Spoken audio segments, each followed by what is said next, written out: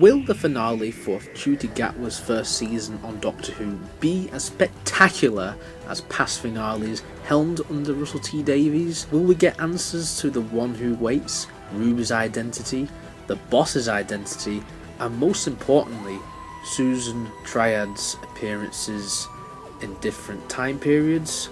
I'm the Obsessed Tuvian, and today I'm going to go through what we could expect from this finale.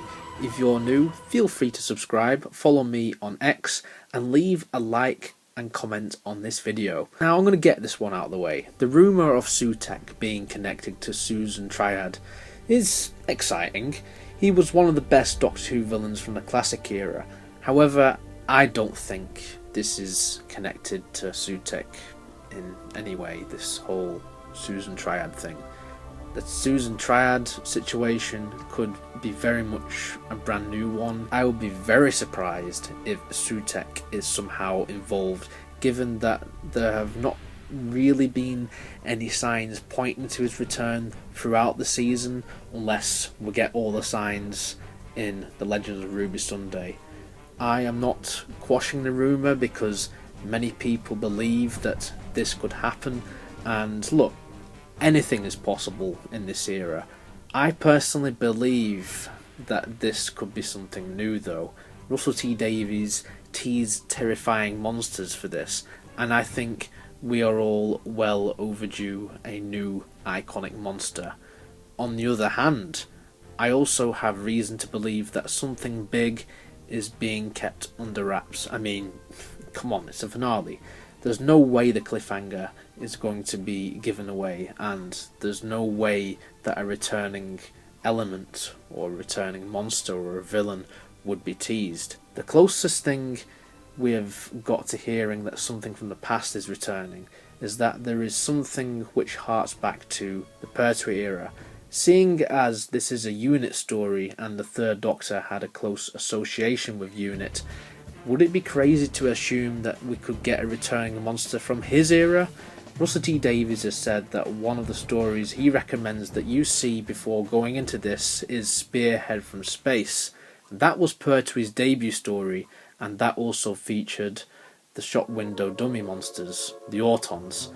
Ironically, those aliens were the first ones Russell T Davies ever used when he brought Doctor Who back in 2005.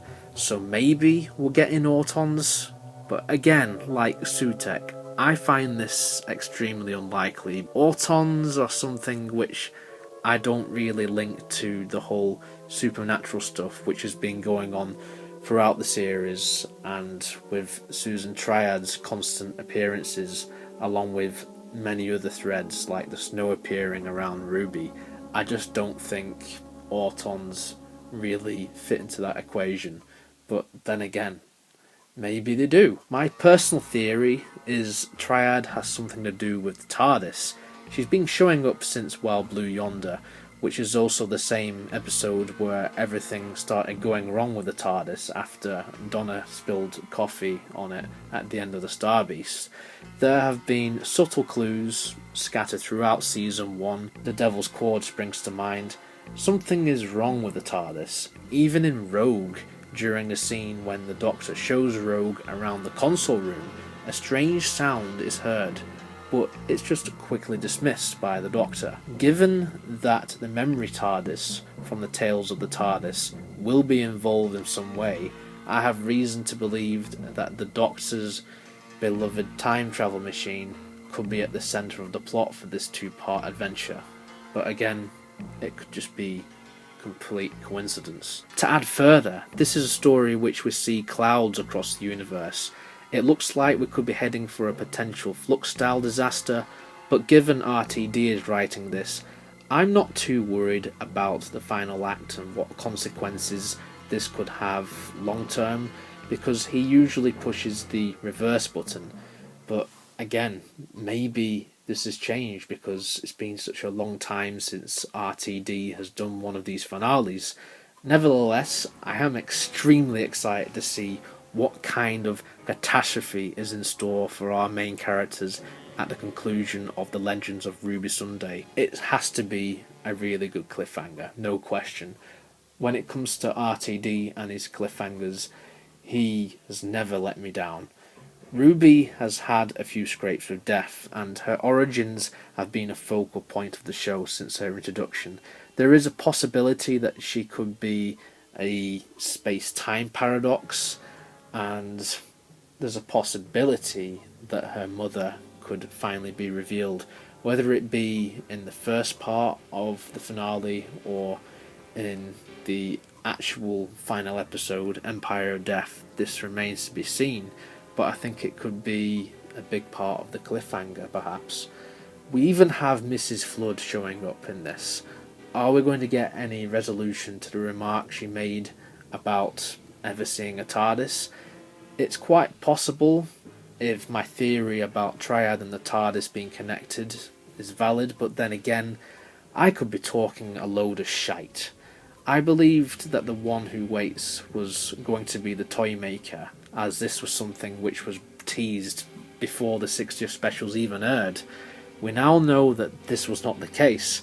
As I've said before, throughout the series, I've been flip-flopping on the identity on the one who waits. At one point, I thought it was going to be Susan Foreman, but I don't think that is the case, because why would the toy maker be afraid of someone who waits and it ends up being Susan Foreman? Because Susan Foreman is not really a character I associate with being evil. It could be Susan Foreman, it could be Susan Triad, it could be Cherry Sunday waiting for some tea, or it could even be Ruby herself. Maestros did see something out of the ordinary with Ruby, and they were taken aback. It would be neat to see if she was in fact the one who waits, and it'd be cool to get an explanation as to why she is the one who waits. As for the boss, this could be something saved for next season and just merely teased in this finale. I think having every single plot thread be answered in this one sole 2-part story would be too much, as there's many things happening. You have Mel Bush, Rose Noble, Kate Stewart, and that Vlinx thing coming back, and there's another mystery right there with the Vlinx. We also have new faces. I guarantee that many things said in this video will be incorrect. I, for one, am so interested in how this is going to play out in the end. Have you got your own theories? Then I would love to hear about them. Head to the comments section and fire away. Just keep it civil, and remember that there's always a twist at the end.